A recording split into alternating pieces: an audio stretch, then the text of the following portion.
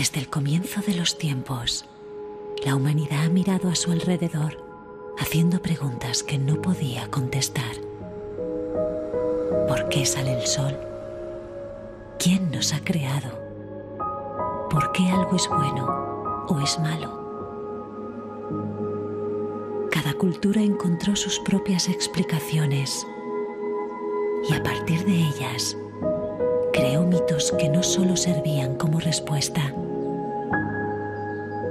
sino que les mostraban quiénes eran y cómo debían actuar.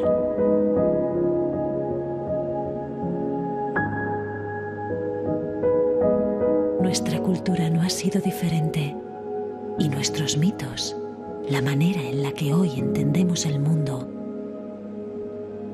tiene un origen muy lejano.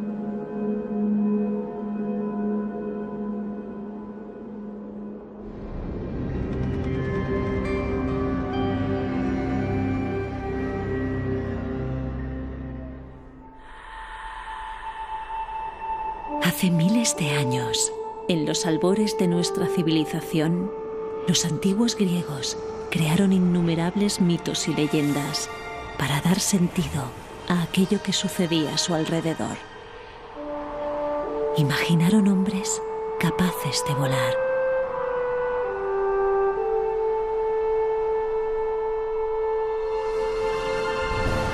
Dioses que manejaban a su antojo las fuerzas de la naturaleza.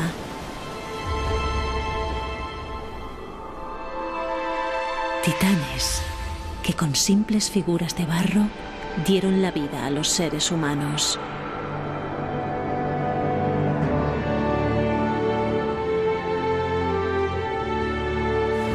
Guerras tan crueles como solo un dios podía imaginar.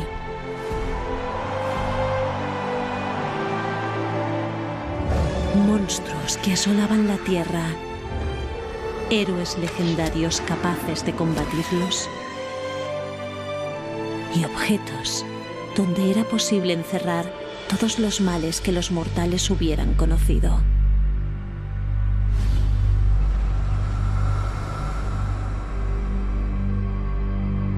Muchas de esas historias se han perdido en el devenir de los tiempos, pero algunas de ellas, como los viajes de Ulises, las pruebas de Hércules o las guerras entre dioses y titanes, han llegado hasta nuestros días, convirtiéndose en los mejores ejemplos de lo que significa para nosotros la mitología. Se cuentan en la familia, los viejos cuentan los mitos a los niños.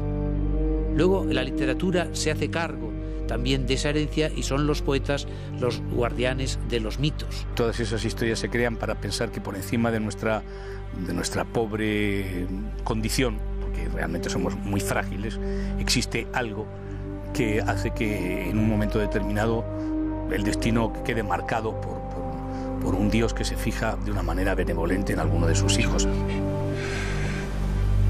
Oh Dios, ayúdame a volver a casa.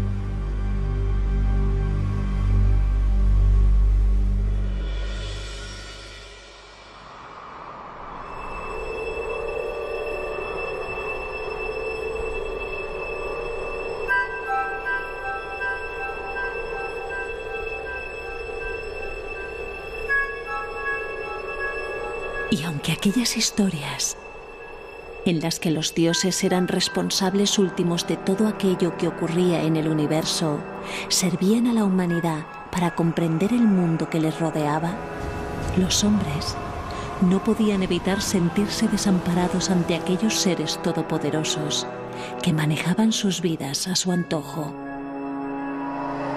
La humanidad necesitaba contar con otros hombres más cercanos a los eternos. Hombres de cualidades extraordinarias, capaces de relacionarse con los dioses e incluso de enfrentarse a ellos. Hombres que serían conocidos como los héroes.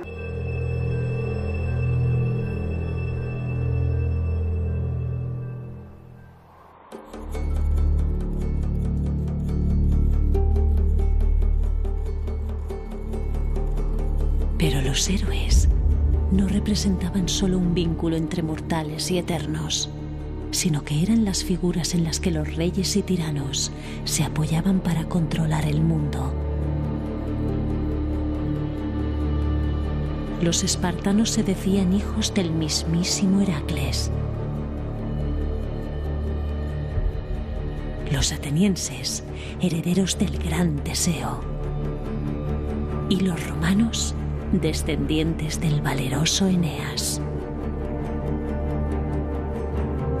Para el resto de los hombres, los héroes eran un modelo de conducta. El viaje de Ulises, las hazañas de Aquiles o las pruebas de Heracles encerraban innumerables enseñanzas para aquellos que conocían sus historias. Yo creo que la misma... Eran muchos los héroes que servían como modelo de conducta a niños, ancianos y hombres. Pero por encima de todos, emergía la figura del astuto Ulises y las grandes aventuras que protagonizó durante su regreso al hogar tras haber vencido en la guerra de Troya. Ulises es una mezcla de cualidades y defectos que lo hacen grande, lo hacen humano.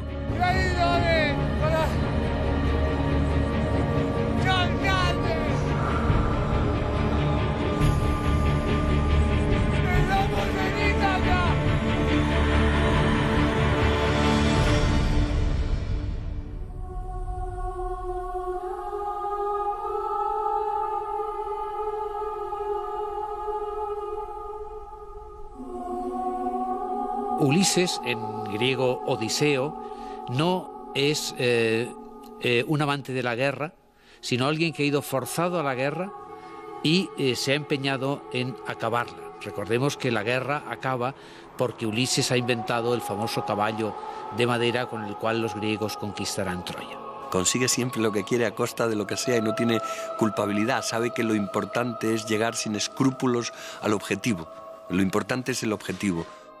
Él vive como si no hubiera destino, como si la libertad pudiera ser el motor de verdad, las decisiones del hombre, la causa de verdad de todo lo que tiene, de lo bueno y de lo malo. Pero para un pueblo como el griego, para el que el mar era la fuente más importante de comercio, riqueza y vida, la narración de los viajes de Ulises trascendía incluso a su protagonista. Y así como Ulises era ejemplo de valor y astucia, y mostraba mediante sus viajes las maravillas, los peligros y las riquezas de los países y lugares que componían el mundo antiguo, otro héroe era símbolo universal para aquellos que admiraban la fuerza, la temeridad y el poder de los valerosos griegos.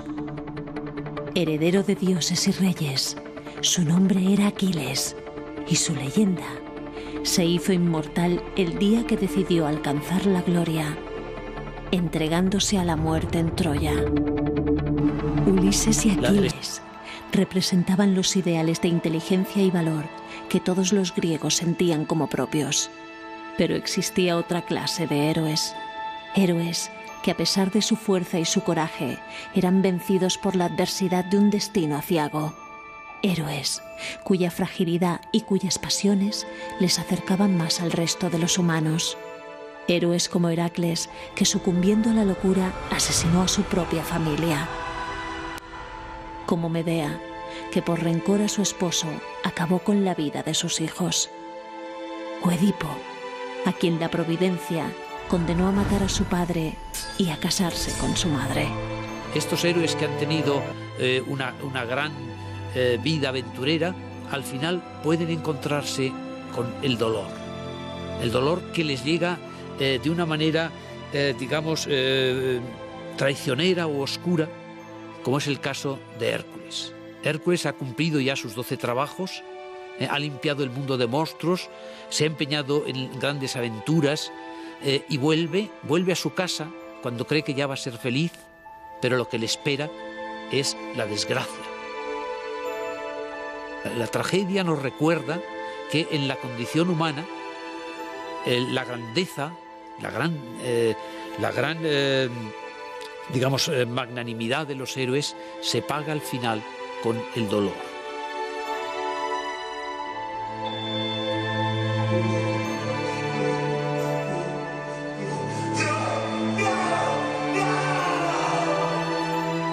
Ese dolor, el dolor que se narraba en las grandes aventuras épicas, marcaba para los que las escuchaban el límite de lo soportable, la línea que solo podían cruzar aquellos que renunciaban a los valores que les hacían humanos o los que habían sido condenados a la desgracia por los dioses.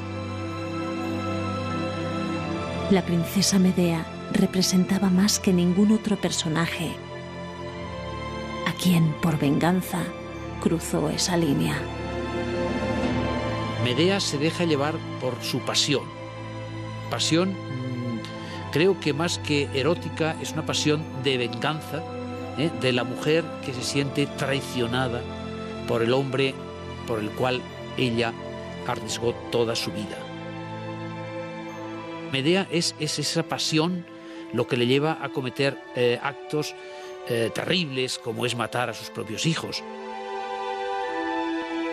Hay una causa muy profunda, muy incluso diría yo que explicable, otra cosa es que sea aceptada, pero explicable, de por qué Medea destruye a sus hijos. Y lo hace porque sencillamente no es capaz de aceptar que el destino de esas criaturas escapa de sus manos. Han transcurrido milenios desde el crimen de Medea, las aventuras de Ulises o las hazañas de Hércules. Pero estos héroes y estos modelos de conducta no se han perdido en el tiempo, sino que nos acompañan en todo momento.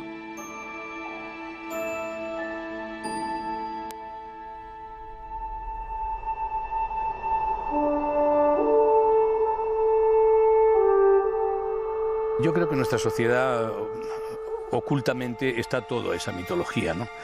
Puedes extrapolar el afán de poder o el afán de control a cualquier situación política de hoy en día, ¿no? Incluso financiera, ¿no? De hecho, en el cine europeo, más que en el norteamericano, toda la mitología griega ha sido aplicada, no solo ya ubicándola en su época, sino desubicándola de su época y situándola en la actual.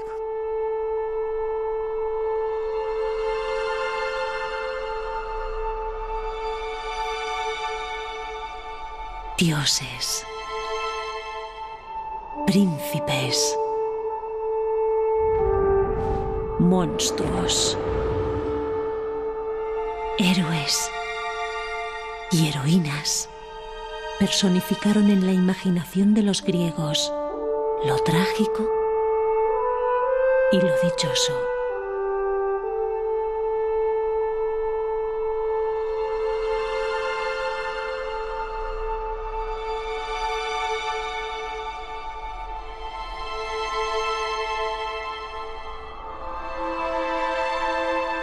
Sus historias se convirtieron en leyendas y sus leyendas en mitos.